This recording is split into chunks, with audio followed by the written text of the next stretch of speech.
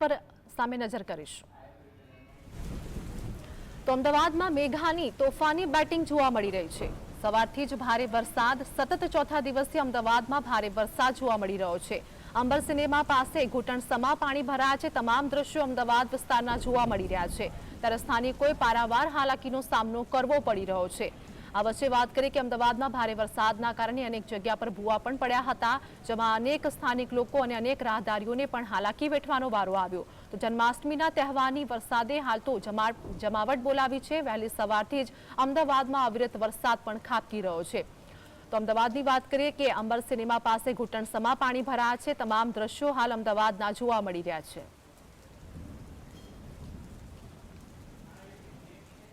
તો અમારી સાથે અમારા સહયોગી ધવલ અમારી સાથે લાઈવ જોડાઈ ગયા છે। ધવલ, અમદાવાદમાં હાલ વરસાદની અંગે વાત કરીએ કે કેવી સ્થિતિ જોવા મળી રહી છે, કેવો માહોલ છે? વધુ પડતા વાત કરીએ કે અનેક જગ્યા પર ભૂવા પડ્યા હોય તેવી સ્થિતિ પણ જોવા મળી, શું વધુ અપડેટ?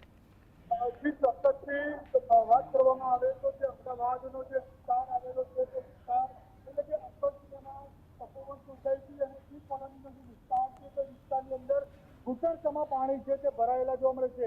જે મ્યુનિસિપલ શાળા આવેલી છે તે શાળાનો અડધો દરવાજો પણ અત્યારે હાલ પાણીમાં ગરકાવ થયેલો જોવા મળી રહ્યો છે। તો સાથે જ અમદાવાદ મ્યુનિસિપલ કોર્પોરેશન જે સ્વિમિંગ પુલ બનાવતી હોય છે તે હવે ચોમાસાની સિઝનમાં આ વિસ્તારમાં સ્વિમિંગ પુલ બનાવવાની જરૂર નહીં પડે તેવા દ્રશ્યો અત્યારે હાલ આ વિસ્તારના જોવા મળી રહ્યા છે। એટલે કે કહી શકાય કે પૂર્વ મેયર કિરીટ પરમારનું જે નિવાસસ્થાન છે તે આ રસ્તેથી 500 મીટર દૂર તેમનું નિવાસસ્થાન આવેલું છે।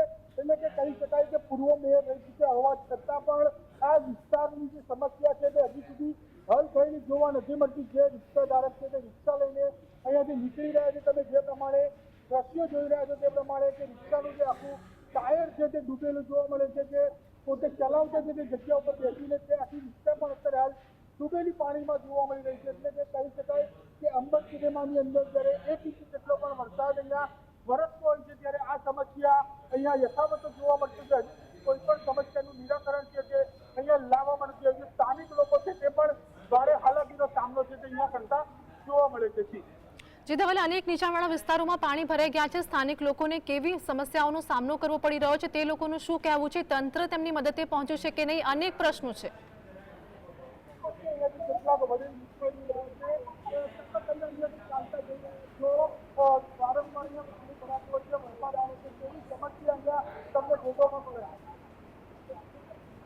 ચોક્કસથી અહીંયા જે ગામડેથી આવેલા છે પરંતુ અહીંયા રહેતા નથી તેવા અહીંયા લોકો નીકળી રહ્યા છે। એટલે કે કહી શકાય કે જે સ્થાનિક લોકોને આ વરસાદના કારણે બહાર નીકળવું ભારે થઈ ચૂક્યું છે। અને જે પ્રકારે કહેવામાં આવે કે તંત્ર હજુ સુધી અહીંયા પહોંચ્યું નથી, કારણ કે આશરે 2 વર્ષ પહેલા જ આ રસ્તા ઉપર નવી ડ્રેનેજ લાઈન નાખવામાં આવી હતી કે વરસાદના પાણીની જે લાઈન છે તે નાખવામાં આવી, પરંતુ હજી સુધી સમસ્યા યથાવત જ જોવા મળી રહી છે। એટલે કે કહી શકાય કે આ જે વરસાદનું પાણી છે તે અહીંયા ભરાયેલું જોવા મળે છે। કોઈ પણ ગટર લાઈન અહીંયા હજી ખોલવામાં નથી આવી। જે પ્રમાણે તમે આખો રસ્તો જોઈ રહ્યા છો, આશરે 500 મીટર જેટલો રસ્તો છે તે પૂરેપૂરો રસ્તો પાણીમાં ગરકાવ થયેલો જોવા મળી રહ્યો છે।